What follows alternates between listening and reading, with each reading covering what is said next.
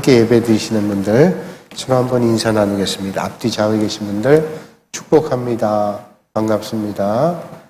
안녕하세요. 가정에서 예배 드리신 분들도 인사 다 하셨죠? 예.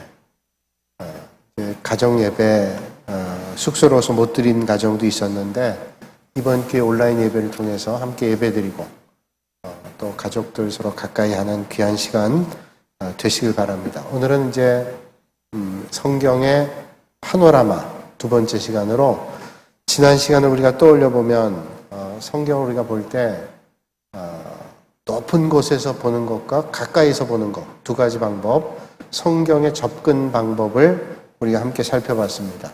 우리가 비행기를 타고 높이 올라가면 전체가 다 보이잖아요. 그래서 우주선을 타고 아마 높은 곳에 올라가면 지구 전체 동그란 것이 다 보일 겁니다. 그러나 점점 지구에 다가올 때 가까웠게 보이고 더 자세히 보이게 되는 거죠. 더 가까이 보는 것은 분석적 방법이고 또 높은 곳에서 보는 것은 종합적 방법이다. 그렇게 지난 시간에 살펴봤습니다. 그러니까 성경 66권 전체를 보는 것은 종합적 방법이겠죠. 분석적 성경 접근 방법으로 점점 들어가면 성경 전체를 보다가 이제 구약과 신약을 보고 또 구약 안으로 들어가서 창세기든 출애굽기를 보고 더 안으로 들어가면 창세기 몇 장을 보고 더 안으로 들어가면 어떤 구절을 보고 더 안으로 들어가면 어떤 단어를 보고 더 안으로 들어가면 한 음절 한 음절을 보게 된다. 그래서 성경을 분석적으로 보는 것은 넓게에서부터 좁게까지 들어가는 것. 그럼 종합적 방법은 하나에서부터 멀리까지 높이까지 보는 것이다. 우리가 지난 시간에 살펴봤습니다. 오늘은 이제 성경 조감의 중요성, 우리 교재 19쪽인데 방송실에선 한번 띄워봐 주면 좋겠어요. 성경 조감의 중요성. 조감이란 말은 새가 높은 곳에서 내려다보는 겁니다. 그러니까 성경을 왜 조감해야 되는지, 높은 하늘에서 바라보듯이 왜 봐야 되는지 우리가 살펴봐야 되죠. 자, 조감이라고 하는 것은, 자, 교재를 띄워주세요. 조감이라는 것은 새가 높은 하늘에서 아래를 내려다보는 것처럼 전체를 한눈으로 관찰한다는 뜻이다. 그러니까 조감은 새가 내려다보는 거죠. 그 다음 페이지 19쪽입니다. 19쪽. 성경 조감은 하늘에서 새가 아래를 내려다보는 것처럼 전체를 한눈으로 관찰한다는 뜻이다. 그렇다면 성경을 폭넓게 조감한다는 것이 왜 중요하냐? 우리는 몸이 뼈대를 갖고 있는 것과 마찬가지로 성경도 뼈대를 갖고 있기 때문이다. 자, 우리 사람도 골격을 가지고 있잖아요. 성경도 골격을 가지고 있다는 겁니다. 이 골격을 가지고 있는 그 골격을 보고 그 다음에 자세히 보게 되면 이게 몸의 어떤 부분이다라는 것을 알 수 있다는 거죠. 파노라마처럼 펼쳐져 있는 성경의 전경을 조감한 뒤에야 우리는 퍼즐 조각들을 어디에 끼워 맞춰야 할지를 알게 된다. 당신이 구약 한가운데서 튀어나온 메시지를 성경 전체의 역사 흐름에 끼워 맞힐 수 있을 때 그 메시지가 당신에게 얼마나 큰 의미를 지니게 될는지 생각해보라. 자, 그 그림을 보세요. 자, 지금 목사님이 강단 위에서 말씀 전하는데 말씀 전할 때 마치 케이크의 한 조각 같은 것을 말씀합니다. 자, 성경에 요셉 얘기를 해요. 바울 얘기를 합니다. 또 바울과 실라가 복음 전하다가 감옥에 갇혔던 얘기를 합니다. 그것은 성경 전체 66권 가운데 작은 한 조각일 거예요. 이 조각을 우리가 볼 때 이 조각이 어디에 있는 조각이냐는 걸 알면 이 조각이 어떤 부분이냐는 것을 알 수 있단 말이에요. 그러니까 성경 전체를 보고 부분을 볼 때 이게 어디에 있는 말씀이구나 이걸 알 수 있단 말이죠.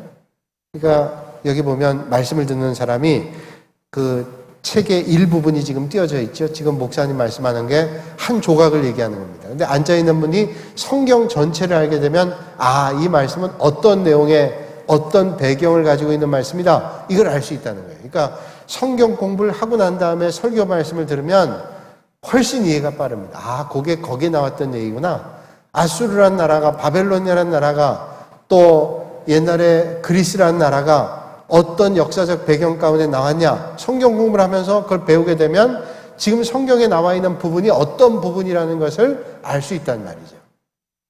그래서 이제 말씀을 듣는 청중이 지금 강대상에서 말씀 전하는 목사님이 조각 케이크를 지금 전하는데 성경 전체를 알고 있는 사람이 요게 요 부분이구나 하는 것을 훨씬 더 이해할 수 있단 말이죠. 자, 성경의 전경을 조감한 뒤에 우리는 모든 구절들을 편하게 대할 수 있다. 자, 전체를 보고 나면 조각 하나하나를 볼 때 편하게 볼 수 있단 말이죠. 만약에 이 성경 전체를 보지 않고 성경 부분을 들으면 그 부분은 이해할 수 있어요. 그런데 여러 부분들을, 조각들을 듣다 보면 나중에 이 조각들이 뒤엎여가지고, 뒤섞여가지고 헷갈리는 겁니다. 이게 도대체 어디에 있는 얘기인지, 구약에 있는 말씀인지 신약에 있는 말씀인지 헷갈리는 거죠. 구약에 보면 사울이라는 사람이 나오죠. 사울왕. 하나님께서 이스라엘 백성들이 왕을 달라고 그럴 때 하나님 원치 않으셨지만 왕을 주십니다. 그 첫 번째 왕이었던 사람이 사울이라는 사람이에요. 근데 신약에 보면 또 사울이 나옵니다. 바울이 주님을 만나기 전에 사울이었단 말이에요. 그러면 이 사울이, 자, 설교 말씀 들을 땐 조각조각 들었는데 이게 종합이 안 돼 있으면 부분적인 것들만 듣고는 뒤죽박죽이 되는 겁니다. 그래서 구약 성경인지 신약 성경인지 이게 어떤 역사적 사건 가운데 있었던 일들인지 헷갈리게 된단 말이죠. 그러니까 전체를 보고 부분을 본다는 것은 얼마나 유익하다라고 하는 것을 말씀해 주는 겁니다. 그래서 말씀의 더 깊은 의미를 깨달을 수 있고 세세한 요소들을 넘어 포괄적인 조직을 볼 수 있다. 이게 성경 전체를 조감하는 것의 유익함입니다. 성경의 1189장 전체죠. 이게 66권으로 이루어진 방대한 도서관 안에서도 길을 잃지 않게 된다. 전체를 보고 부분을 보면 이제 길을 찾아갈 때 용이하다는 겁니다. 성경의 66권 중에 역사서로 분류된 책은 22권이지만, 자, 지금 이 말씀만 나누면 성경을 전체적으로 보지 않고 성경 공부하지 않은 분들은 아니 역사서라는 게 뭐야? 성경의 역사서가 뭐지? 이해가 안 될 거예요. 근데 성경의 역사서가 22권이라 그러면 조금 배운 분들은 헷갈릴 거예요. 아니 성경의 역사서가 22권이 어떤 책이지? 역사서란 말은 들었는데 구약의 역사서가 몇 권인가? 17권이에요. 그런데 여기 또 22권이라는 말이 뭘까? 신약의 역사서가 5권입니다. 그러니까 여기 말씀하고 있는 역사서로 분류된 책이 성경의 66권 가운데 역사서는 22권이란 말이에요. 구약의 17권, 신약의 5권. 그래서 이게 전체가 22권이래요. 그러니까 구약의 역사서는 17권이 어떤 책이에요? 다행스럽게 역사서는 창세기부터 해서 에스더까지 차례대로 17권입니다. 자, 한번 같이 따라할까요? 그럼 여러분들이 당황되죠? 창세기, 출애굽기, 레위기, 민수기, 신명기, 요게 이제 모세오경이라는 데 역사서입니다. 그리고 여호수아, 사사기, 룻기, 사무엘상하, 열왕기상하, 역대상하, 에스라, 느헤미야, 에스더, 여기까지가 역사서라는 거예요. 17권. 신약 성경은 마태, 마가, 누가, 요한복음, 이걸 복음서라고도 얘기하지만 예수님의 역사를 기록하고 있기 때문에 역사서라고 얘기합니다. 그리고 사도행전까지가 역사서입니다. 그러니까 성경에 구약과 신약의 역사서는 22권이라는 말은 그거예요. 창세기부터 에스더까지 17권 구약의 역사서와 신약의 마태복음부터 사도행전까지 5권. 그래서 전부가 22권이다. 이런 말이죠.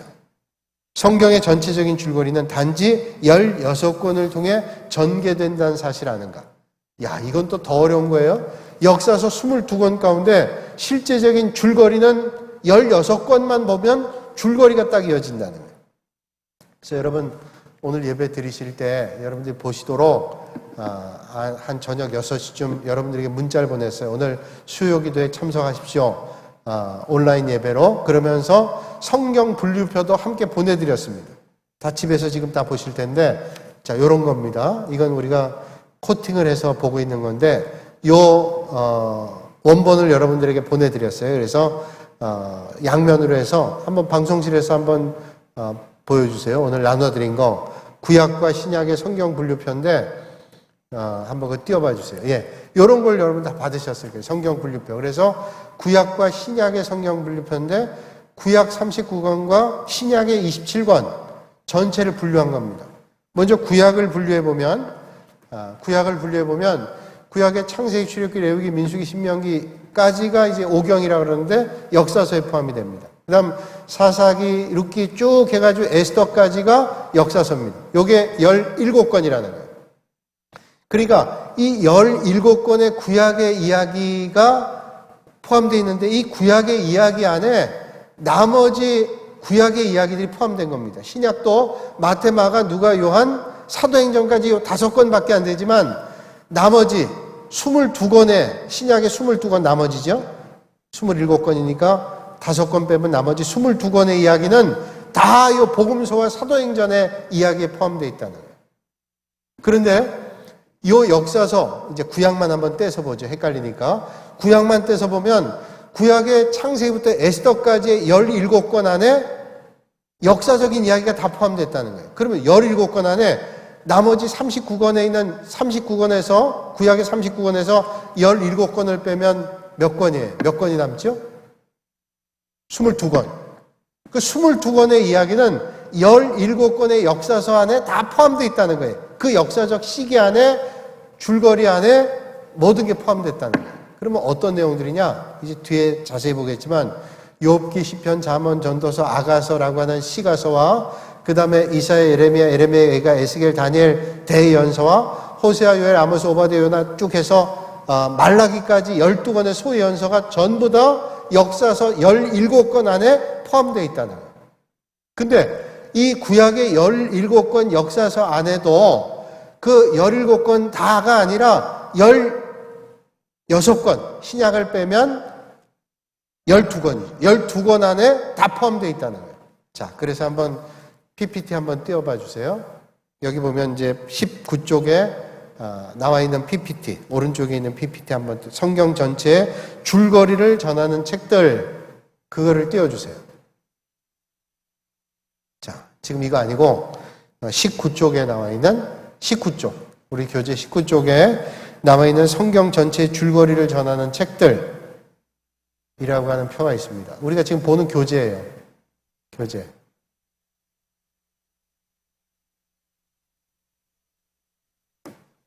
그 다음 표입니다. 예, 그 그림.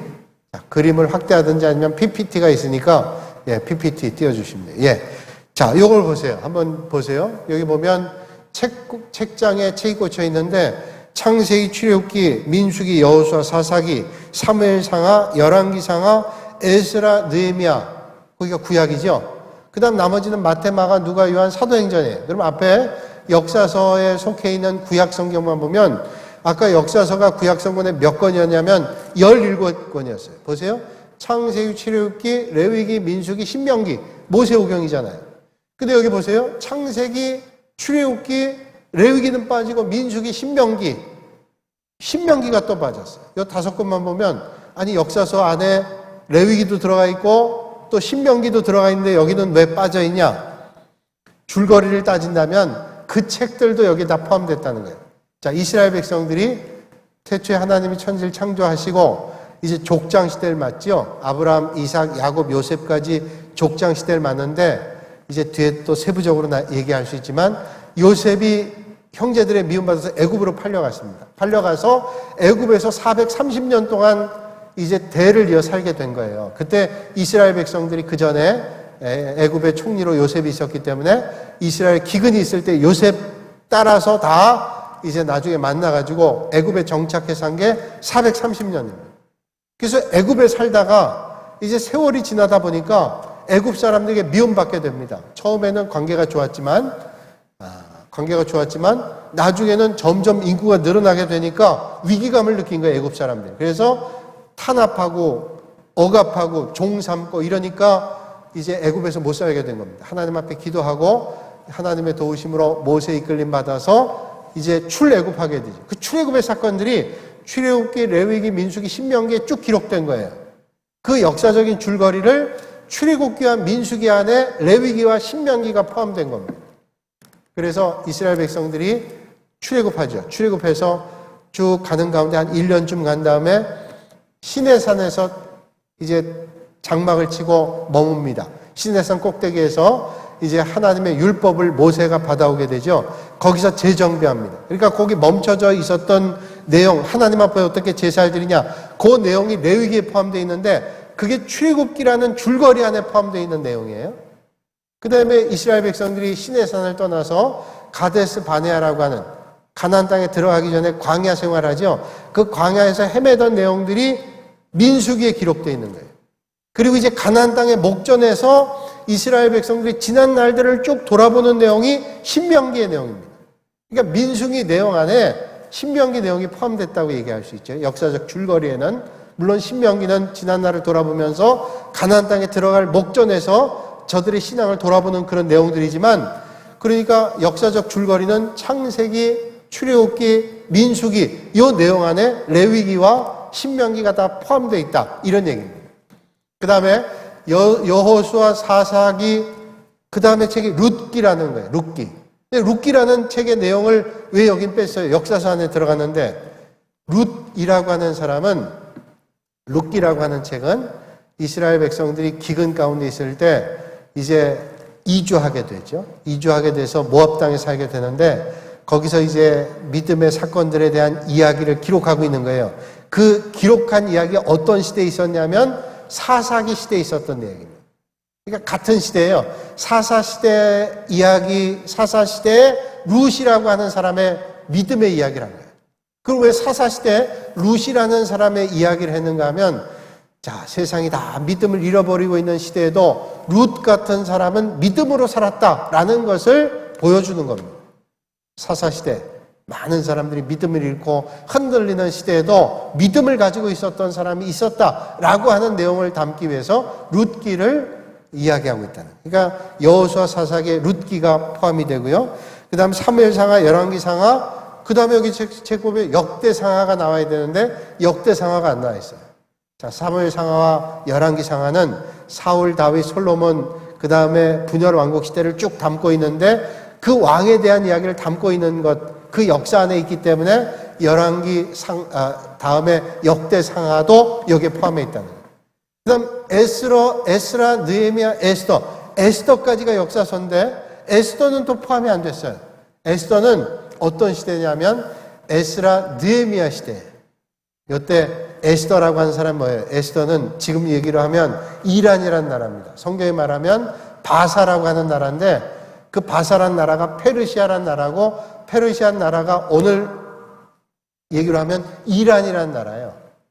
이 에스더는 이스라엘 사람입니다. 유대인인데 이 바사라는 나라의 왕비가 됐어요. 그때 이스라엘 백성들을 구원하는 계기가 되죠. 거기 나와 있는 내용들이. 그러니까 그 시대가 에스라, 느헤미야, 에스더가 같은 시대입니다. 그래서 그 역사적 줄거리를 타고 있기 때문에 에스더도 바로 그 시대 안에 포함되는 거예요.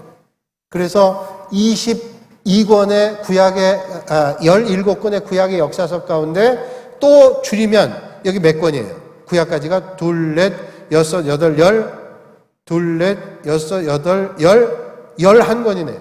이 11권의 역사서 안에 포함된다라고 하는 얘기죠. 그 다음 마태복음, 마가복음, 누가복음, 요한복음, 사도행전 이 책이 신약을 전체를 담고 있습니다. 그리고 요한계시록은 지난날, 오늘, 그리고 미래까지를 표현하고 있죠. 그러니까 역사서라고 얘기한다면 마태, 마가, 누가, 요한, 사도행전 이 5권인데 이 5권 안에 모든 내용들이 포함됐어요. 어떻게 포함됐냐? 마태, 마가, 누가, 요한복음은 예수님 당시의 사건들을 기록하고 있잖아요.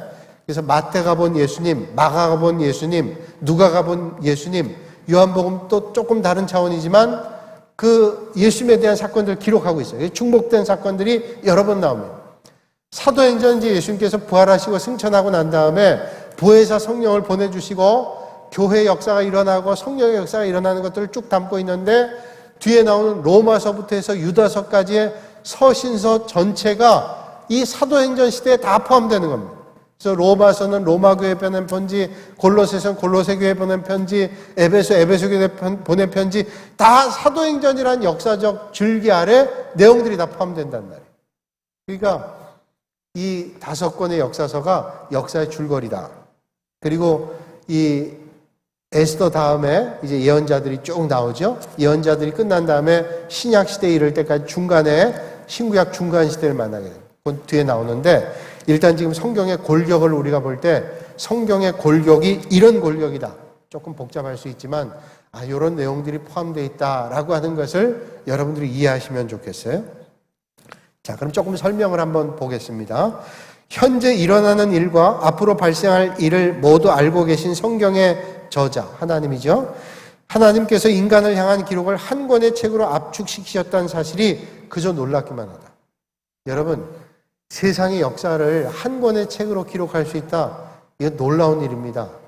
우리 교회 역사를, 지난날의 역사를 기록한다 그래도 그 역사를 한 권에 기록하려면 너무 힘들어요. 그래서 뺄 건 빼고 넣어야 될 건 넣고 그렇게 해도 부족한데 여러분, 하나님께서 세상을 창조하시고 이끌어간 역사를 한 권에 넣는다. 이건 도저히 불가능한 일입니다. 그런데 하나님께서 그렇게 하셨다는 거죠. 이 땅에 그런 지식을 가진 저자가 있다면 그런 사람은 있을 수도 없지만 그가 아는 지식의 서론을 풀어놓기만 해도 국회 도서관에 소장되어 있는 분량만큼의 책들이 필요할 것이다. 국회 도서관에 있는 책, 어마어마한 책이지만 아마 우리나라에서 제일 많은 책들이 있을 거예요. 그런데 그것과도 비교할 수 없을 거예요. 여러분, 대학에서 석사학위를 받고 박사학위를 받고 그러면 논문을 쓰잖아요. 논문 쓸 때 그 논문을 쓴 것들을 처음에 몇 부를 냅니다. 뭐 10권 내지 12권 정도를 인쇄해서 냅니다. 그게 어디 가냐면 국립중앙도서관으로 2권, 국회 도서관으로 2권, 어디로 2권, 학교로 2권, 뭐 이렇게 다 보내는 겁니다. 그러니까 이 세상에 나온 책들이 다 소장되어 있는 거예요. 우리나라에 나온 건 적어도 그렇게 다 들어갔단 말이죠. 그러니까 그렇게 방대한 분량만큼 가지고도 안 되는 겁니다. 세상의 역사를 하나님께서 창조하시고 이루어진 하나님의 역사를 다 방대한 걸 기록한다면 엄청나겠죠? 자, 그런데 한 권에 담는다. 놀라운 일이죠. 놀라운 일. 그러니까 이 성경의 골격을 우리가 잘 알고 성경을 보면 올바로 이해할 수 있다는 것을 말씀해 주는 겁니다. 사도 요한이 이런 말을 했습니다. 그래서 사도 요한이 예수의 행하신 일이 이 외에도 많으니 만일 낱낱이 기록된다면 이 세상이라도 이 기록된 책을 두기에 부족할 줄 아노라. 그러니까 하나님의 역사를 다 기록하려면 이 세상 전부의 공간을 가지고도 하나님의 역사를 담아놓기에 부족할 거예요. 아마 책으로 만들어 놓는다면 아마 그 공간이 감당하지 못할 겁니다. 우리는 하나님의 능력과 지혜가 얼마나 광대한지 조금은 짐작할 수 있다. 하나님의 놀라운 역사를 우리가 들여다볼 때 골격을 분명하게 보고 부분 부분을 볼 때 광대하지만 이해할 수 있겠다는 거예요. 쉽지 않은 거지만. 자, 성경은 창조부터 모든 것의 완성에 이르기까지 계속되는 하나님의 뜻과 길에 관해 말한다. 성경은 뭐예요? 하나님의 뜻과 길을 말하는 거예요. 하나님께서 뭘 원하시는지, 하나님께서 우리에게 요구하는 게 뭔지, 하나님의 뜻이 어디 있는지 이걸 말씀해 주시는 거예요.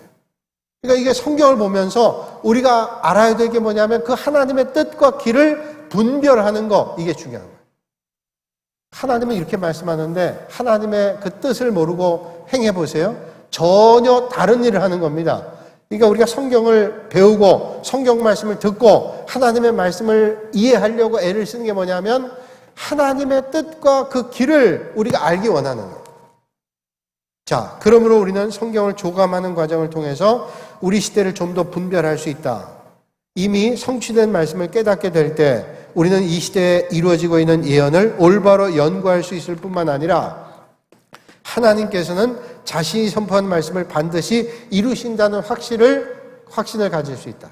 자, 오늘 이 시대를 보세요. 우리가 지금 온라인 영상 예배를 드리는데 왜 온라인 영상 예배를 드려요? 온라인 영상 예배를 드리는 것은 코로나19라고 하는 바이러스 때문에 이 바이러스는 전쟁이나 어떤 적의 위협이나 이교도들이 신앙생활 하지 못하도록 하는 그런 박해가 아니라 이 전혀 보이지 않는 바이러스입니다. 그 바이러스는 예수 믿는 사람이나 예수 믿지 않는 사람이나 다 전염을 시키는 거예요. 그러니까 부득이하게 거리를 두고 함께 예배 드릴 수 없는 거잖아요. 그러면 우리가 예배 드리지 못하는데 이게 단순히 코로나19라는 바이러스 때문이다 라고 우리가 생각하지 않고 왜 이 시대에 이런 바이러스가 생기게 됐고 우리는 이렇게 온라인 예배를 드려야 되는가를 생각하면서 영적인 의미를 생각해 보는 거예요. 영적인 의미. 도대체 왜 이런 일을 우리가 겪고 있는가? 우리의 삶을 한번 돌아봐야 되지 않는가? 우리가 잘못한 게 있지 않는가? 그런 것들을 한번 돌아볼 수 있는 시간이 돼야 되는 거죠. 그러면서 하나님 앞에 예배드리는 게 얼마나 소중한 일이었는가? 우리는 그저 하나님 앞에 예배드리는 것이 주일날 되면, 수요일 되면 마음만 먹으면 언제든지 가서 예배드릴 수 있다고 생각했는데 아니라는 거예요. 그러니까 오늘 이 세상에 되어진 일들 보면서 하나님의 말씀을 보면서 하나님의 말씀을 통해서 오늘 우리에게 주시는 메시지를 발견해야 되는 거예요. 그래서 교회 많은 분들이 하잖아요. 이 시간에 우리가 회개해야 된다. 우리가 그동안 잘못했던 걸 돌아봐야 되고, 그 좋은 생각입니다. 좋은 생각이죠. 우리가 지금 물리적으로나 세상적으로 볼 때는, 눈으로 볼 때는 코로나19라는 거예요.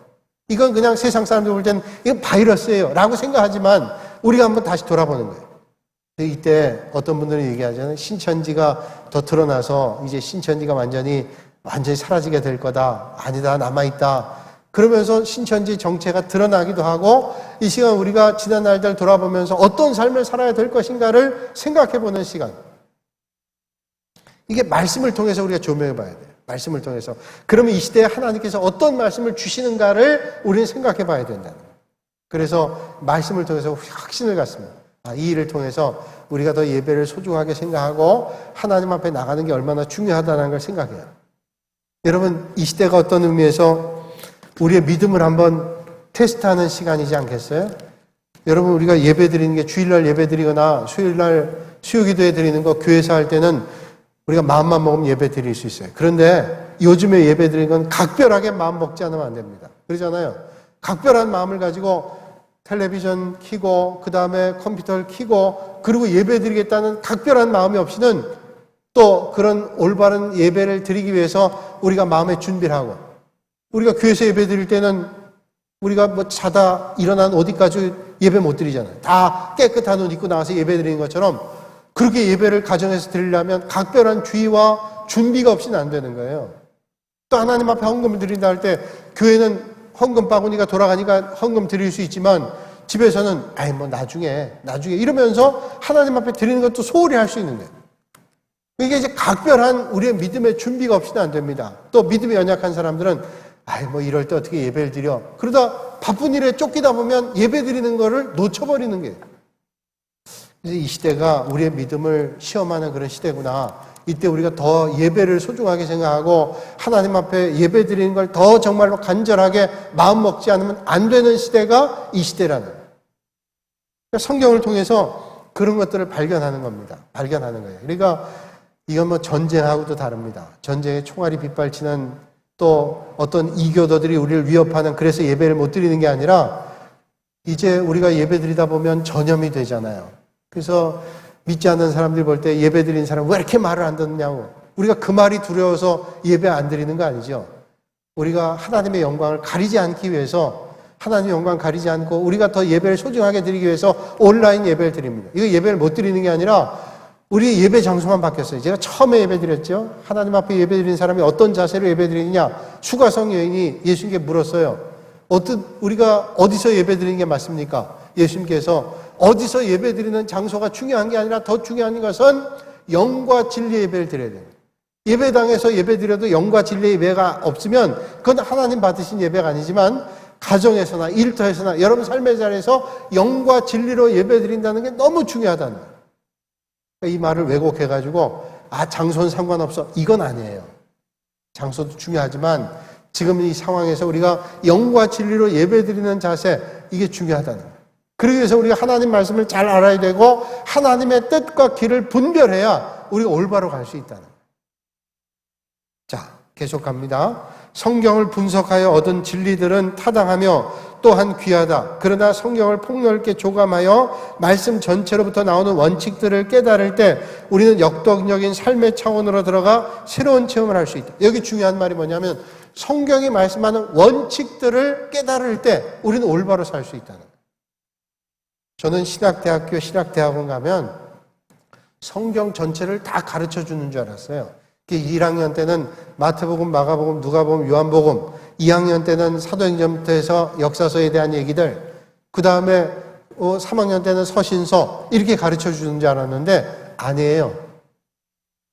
가장 중요한 게 뭐냐면 원리를 배우는 거, 원리. 성경에 말씀하는 전체적인 원리. 성경만 가르쳐 주나요? 성경만 가르쳐 주는 게 아니라 교회의 역사를 가르쳐 주죠. 역사신학. 그 다음에 이 신앙을 가지고 있는 사람들이 어떤 삶을 살아야 되는가, 기독교 윤리를 가르쳐 줘요. 그 방대한 내용들을 가르쳐 주려면 자, 신학대학, 대학 4년 공부하고 그 다음에 신학대학원 3년, 신학대학원 3년 합니다. 3년도 대학처럼 공부해요. 그러니까 뭐 대학원 그래서 일주일에 한두 번 가서 공부하는 게 아니라 월요일부터 해가지고 금요일까지 적어도 거의 대학과 똑같이 빠듯한 공부를 합니다. 7년을 공부하는 거예요. 그 신학대학원 이제 졸업하고 나면 목사가 될 수 있는 시험을 보는 거죠. 시험을 보는 겁니다. 그리고 목사고시에 패스를 해도 2년 뒤에 목사가 되는 겁니다. 그리고 더 공부하려면 이제 대학원을 갑니다. 그래서 대학원을 가가지고 또 대학원에서 2년 공부하고 2년 공부하고 논문 쓰고 그 다음에 또 박사과정 공부하려면 또 3년 더 공부하고 3년 안에 박사가 끝나나요? 안 끝나죠? 그러니까 그렇게 하고도 그 부분만 아는 겁니다. 너무 방대하니까. 그러니까 하나님의 말씀의 원리를 알아야 되는 거예요. 원리를 모르면 이단에 빠지거나 잘못된 길에 빠지는 거예요. 성경의 부분적인 건 잘 알고 있지만 그 원리를 모르기 때문에 왜곡되는 거예요. 왜곡되는 겁니다. 여러분, 옛날에 다미선교회라는 게 있었죠. 1992년 10월에 예수님께서 오신다. 다미선교회 이장님이라는 사람이 이제 그 다미선교회를 주관하면서 많은 사람들이 10월 달에 주님이 오신다. 뭐 그러면서 주장했단 말이에요. 그때 제가 교육전사를 할 때인데 아이들도 이상한 책을 가져와가지고 전사님 이게 뭔지 모르겠는데 한번 읽어봐 주시고 평가해 주세요. 제가 그래서 그 가져온 책을 가지고 읽어봤어요. 하룻밤새 다 읽었는데 너무 재밌는 거예요. 다가올 미래를 준비해라. 다미선교회가 다가올 미래잖아요. 다가올 미래를 준비하라는 책인데 뭐 대구의 어떤 아이는 중학교 2학년인데 하나님 계시를 보고 또 저 전주에 있는 어떤 사람은 하나님 계시를 보고 전국에 이런 사람들이 뭐 10여 명이 있다 그러면서 이제 마지막 때가 됐는데 이제 주님이 1992년 10월에 오신다라는 거예요. 그러면 그 책들 내용들을 보면 그럴듯해. 우리가 모르는 내용이니까 야 신비한 겁니다. 정말로 이런 일이 있을까? 근데 그게 잘못된 게 딱 나옵니다. 어디 나와요? 예수님께서 1992년 10월에 오신다. 못을 박은 것은 성경과 위반되는 거예요. 성경이 저촉되는 겁니다. 성경에 말씀하죠. 마지막 때가 가까웠지만 마지막 때 언제? 주님이 오실 날이 언제냐? 예수님도 모신다 그랬어요. 오직 하나님만 하신다 그랬어요. 성경 해석학자들이 예수님께서 하나님이신데 왜 모르시겠냐? 아시겠지만 그 말의 포인트는 뭐냐? 예수님이 이 땅에 다시 온다는 것은 아무에게도 알려주지 않았다는 거예요. 그러니까 마지막 때가 언제라는 것을 우리는 짐작만 할 뿐이죠. 마지막 때를 준비하는 믿음의 길을 걷는 게 중요하다는 거예요. 근데 딱 못 박아서 이때 온다는 건 잘못된 겁니다. 그러니까 성경 말씀에 위반되거나 그 원리에 어긋난 말을 하는 것은 이단이에요, 이단. 이단은 뭐예요? 달을 이자에다 끝단자입니다. 비슷한 것 같아요, 비슷한 것 같아요. 근데 마지막 보면 결정적인 게 다른 겁니다. 그러니까 지금 신천지가 말하는 이런 내용들도 이단이라는 게 뭐예요? 거기 보면 성경을 가지고 얘기하잖아요. 성경의 이야기 가운데 이건 비슷한 것들이 있어요. 그러나 그거를 완전히 왜곡된 것들이 있어요. 성경을 가지고 얘기하니까 많은 사람들이 성경 얘기인 줄 알고 따라갔다가 못 듣는 얘기를 하는 겁니다. 그러니까 많은 사람이 생각하기를 야 여기는 기존 교회에서 못 들었던 신천지구나 빠지는. 기존 교회에서 못 들은 얘기. 당연히 기존 교회에서 못 듣던 얘기죠. 기존 교회에서는 받아들일 수 없는 얘기를 하니까 14만 4천 명이 구원받는다. 14만 4천. 14만 4천 넘었대잖아요. 그럼 14만 4천 넘었으니까 야 저건 다 거짓말이구나. 그러고 사람들이 돌아와야 되는데 안 돌아옵니다. 왜? 하나님의 계시가 바뀌었다 그러거나 아니면 그 해석을 이렇게 하는 겁니다. 요새 여러분 텔레비전 많이 나오니까 얘기하죠. 14만 4천은 정의 제사장 같은 왕 같은 사람만 14만 4천이다. 나머지는 그냥 그 졸개들이다. 이런 얘기 아니에요. 쉽게 얘기하면. 그러니까 14만 4천 안에 왕 같은 사람, 제사장 같은 사람으로 쓰임받게 해서 전도 많이 해야 되는 이런 얘기를 하는 거예요. 이단들이 지금 살아있는 게 뭐냐면 조금씩 이제 그때가 되면 바꾸는 겁니다. 1992년 10월에 다미선교회가 주님이 오신다 그랬는데 안 오셨잖아요. 그럼 다 무너질 줄 알았는데 무너진 줄 알았는데 아직도 남아있어요. 그럼 뭐 때문이냐면 하나님의 계시가 연장이 됐습니다. 하나님의 계시가 연기가 됐습니다. 이러면 또 살아있는 거예요. 그러니까 이게 하나님의 원리와 하나님의 뜻을 분별하지 못하면, 분별력이 없으면 믿음의 길을 잘 못 걷는 거예요. 그러니까 여러분 꼭 기도하세요. 하나님께서 은혜 주셔서 분별의 영을 하나님 주셔서 하나님 뜻을 잘 분별해달라. 이 분별하지 못하면 하나님의 뜻대로 살 수 없는 거예요. 여러분 믿음 생활하면서도 하나님 말씀 들으면서도 분별이 없는 사람들은 분별력 없게 행동하잖아요. 여러분 하나님 말씀을 잘 분별하기 위해서, 그러니까 여러분 믿음 있는 사람들은 똑같은 사건을 봐도 이게 하나님께서 어떤 일을 하시려는구나, 하나님의 역사가 어디 있구나, 이걸 우리가 볼 수 있잖아요. 믿음이 어린 사람들은 못 보는 겁니다. 못 봐요. 믿음이 있는 사람들은, 하나님의 말씀과 원리를 아는 사람들은 이게 지금 우리 눈에 보이는 현상은 이거지만 하나님께서 어떤 역사를 하시려는구나 기대를 하는 거예요. 그러니까 힘들지만 그 기대를 가지고 믿음의 길을 걷는 거예요. 여러분 삶의 자리에도 어려움이 있습니다. 어려움이 있는데 그 어려움의 자리에서도 여러분들이 하나님의 뜻과 하나님의 원리를 보는 겁니다. 오늘 나에게 주신 메시지가 뭔가. 그래서 이게 내 잘못을 다시 한번 돌아보면서 믿음 안에 올 수 있다면 그건 축복이죠. 또 힘들다 할지라도 이거는 하나님의 역사를 이루는 과정이라는 생각을 가지면 그 힘든 일들을 얼마든지 이겨낼 수 있어요. 우리가 흔히 하는 얘기가 있잖아요. 기차를 타고 가는데 터널을 만나요. 터널을 만나는데 그 여정을 다 알고 있는 사람은 이 터널을 지나면 분명히 밖으로 나간다. 이걸 알고 있는 사람은 터널을 지날 때 얼마든지 갈 수 있어요. 제가 고등학교 다닐 때 수학여행을 다 경주로 갔어요. 거의 다 경주로 갔어요. 고등학교 2학년 때 경주로 갔어요. 경주로 가는데 서울의 청량역에서 그때 경주 가는 기차를 타는데 새벽 6시에 청량역에서 만납니다. 만나가지고 기차를 타요. 경주까지 몇 시간을 가냐? 12시간을 가요. 12시간.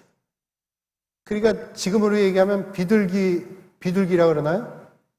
옛날 얘기하면 그 완행열차죠. 그거 타고 12시간 가는데 어떤 친구가 그 기차를 타고 경주까지 가면서 터널이 몇 개 나오는지 셌답니다. 저도 정확히 기억 안 나는데 터널을 몇 개나 될까요? 터널 경주까지. 잘 모를 때는 많다 이러면 되죠. 많은데 몇 개냐? 그 친구가 셌는데 50개가 넘어요. 제 기억에 지금도 50개가 넘어요, 터널이. 그러니까 터널이 나오고 또 터널이 나와도 50 몇 개를 지나야 경주에 다다른다. 이걸 알고 있는 사람은 터널을 지날 때 또 지나서 경주에 도달해. 이걸 알고 있는 거예요. 그러나 모르는 사람은 지루하고 힘든 겁니다. 터널 지날 때 너무 어려운 겁니다. 그러니까 우리가 하나님의 뜻과 계획을 알면, 원리를 알면 하나님의 말씀을 정확히 분별할 수 있다. 자, 우리가 그런 말씀의 원리를 가지고 분별할 때 하나님의 뜻을 잘 알 수 있다는 거예요. 우리가 지난 시간에 그 조각 하나를 봤어요. 조각. 17쪽에, 우리 방송실에서 17쪽에 그 조각 그림이 있죠? 조각 그림. 예, 거기에 우리 지난주에 수요기도회 할 때 저 조각이 어떤 조각입니까? 할 때 이 조각을 맞추셨어요. 누가 맞추셨죠? 김희섭 선생님 맞추셨던 것 같아요. 저게 양입니다. 양이에요. 저게 어떤 조각 그림일까요? 저 때 물어봤을 때 저게 어떤 그림이지? 어떤 분 얘기할 때는 저거를 상상할 때 저건 노아의 방주에 아마 여러 짐승들이 탔는데 그 노아의 방주에 탔던 양이 아니냐 이렇게 짐작했어요. 그 조각을 볼 때는. 근데 전체를 보면 저게 어떤 그림인 줄 알 수 있다는 거예요. 그 전체 그림이 여기 나와 있습니다. 20쪽에 전체 그림은 이 그림이에요. 자, 이 그림은 어떤 그림이에요? 노아의 방주의 그림이 아니라 말구육간에 예수님께서 탄생하시는 그 그림이에요. 지금 보면 그 말 앞에 예수님의 그 요람이 있는데 거기에 있는 양이에요. 그러니까 전체를 보면 이게 어떤 그림인 걸 알 수 있어요. 그러니까 성경이라고 하는 전체 그림을 보고 거기서 하나님의 뜻과 하나님의 길을 발견하게 되면 우리가 성경을 볼 때 잘못된 길이나 또 어긋난 길이나 이런 길로 가지 않을 수 있다는 거예요. 그래서 성경 공부를 한다는 게 너무 중요합니다. 그래서 온라인 예배를 드리는데 예배를 드릴 때 제가 성경의 골격이라든지 성경의 전체 그림을 잠깐이라도 여러분 모든 교인들이 접속하는 분들은 다 볼 수 있게 하기 위해서 공부하는데 오늘 중요한 말씀했어요. 성경에 나와 있는 66권이 22권이라는 역사서 안에 다 포함되어 있다. 구약의 17권 에스더까지예요. 창세기, 출애굽기, 레위기, 민수기, 신명기, 여호수아, 사사기, 룻기, 사무엘상하, 열왕기상하, 역대상하, 에스라, 느헤미야, 에스더 17권 안에 역사의 내용이 다 들어가 있다. 또 그 역사 안에 출애굽기 안에 레위기가 포함되어 있고 민수기 안에 신명기가 포함되어 있고 그리고 사무엘상하, 열왕기상하 안에 역대상하가 포함되어 있고 에스라, 느헤미야 안에 에스더가 포함되어 있고 역사의 줄거리 안에. 그러니까 에스더까지만 역사에 대한 이야기를 쫙 보면 구약의 역사는 그 역사 안에 있는 거예요. 그러면 그 다음에 나오는 욥기, 시편, 잠언, 전도, 아가서가 있잖아요. 그 다음에 예언서 이사야, 에레미야, 에스겔, 다니엘, 호세아, 유엘, 아모스 쭉 나와 있잖아요. 이 예언서들은 다 그 역사서 안에, 시대 안에 포함되어 있어요. 욥기라는 책은 뭐예요? 하나님 천상의 일들이 있는데 이 욥기는 어떤 시대에 기록됐냐? 창세기 시대 때 기록된 거예요. 그러니까 창세기 밑에 욥기는 바로 그 시대에 기록됐다. 또 많은 왕들에 대한 얘기가 나와 있잖아요. 왕들에 대한 얘기에 거기 이사야 선지자도 나오고 또 예레미야 선지자 나오고 이 선지자들의 이야기는 어디에 포함돼요? 열왕기상하, 역대상하 요 역사적인 기록 안에 활동했던 예언자들이에요. 그러니까 다 그 역사 안에 포함된 얘기들이다. 그런 얘기입니다. 시편, 잠언, 전도서 다 다윗 왕 또 이 왕시대 때 얘기했던 이야기들이죠. 그러니까 그런 줄거리로 포함되어 있다라는 것을 우리가 전체를 보면서 그 성경 전체의 원리를 우리가 이해하게 되면 오늘 우리에게 말씀하시는 하나님의 뜻과 하나님의 길을 알 수 있다는 것. 이걸 분별해 나가는 것이 성경 공부입니다. 그러니까 우리가 가까스로 구원받는 게 아니라 하나님의 진리를 잘 알아서 하나님의 말씀대로 하기 위해서 여러분 신앙생활하면서 예배생활도 열심히 하지만 교회에서 하는 훈련이라든지 공부가 있다면 시간을 내셔서 하셔야 됩니다. 이게 중요한 일이에요. 그러면 성경을 잘 보고 이해할 수 있어요. 많은 사람들이 왜 이단에 빠져요? 하나님의 말씀의 원리를 모르기 때문에 빠지는 거예요. 이 원리만 알아도 빠지지 않는 거예요. 여러분 안식교라는 교단이잖아요. 안식교도 옛날에 1900년도 초에 예수님께 오신다고 예언했어요. 근데 안식교가 없어졌나요? 안 없어졌어요. 우리 정통교단에서 정통교단으로 안 받아들이잖아요. 안식교도 처음에 그 계시공동체라 그래서 예수님께서 언제 오신다는 걸 집중해서 모였던 사람이에요. 근데 안 없어졌어요. 왜 안 없어졌냐? 계시가 뒤로 물러갔다. 이렇게 한 거예요. 그러니까 하나님의 말씀의 원리를 알면 하나님께서 이 땅에 언제 오시는지 성경에 말씀하는데 아무도 모른다라고 얘기했으니까 하나님께서 성경을 통해서 말씀하시지 않는 것은 우리는 알 이유가 없어요. 그저 말씀하시는 뜻 안에 우리가 깨닫고 분별하는 게 중요한 것이죠. 그러니까 여러분들이 그런 올바른 진리에 있어서 믿음의 길을 잘 걸으실 수 있기를 주님의 이름으로 축복합니다. 기도하겠습니다. 거룩하신 아버지 하나님, 오늘도 이 시간 온라인 영상 예배로 하나님 앞에 올려드리지만 우리가 하나님 말씀을 잘 깨달아서 하나님의 뜻과 하나님의 길과 하나님의 모든 섭리를 발견할 수 있는 믿음의 사람 되게 하여 주시옵소서. 예수님의 이름으로 기도하옵나이다. 아멘. 우리 찬송가 204장 부르겠습니다.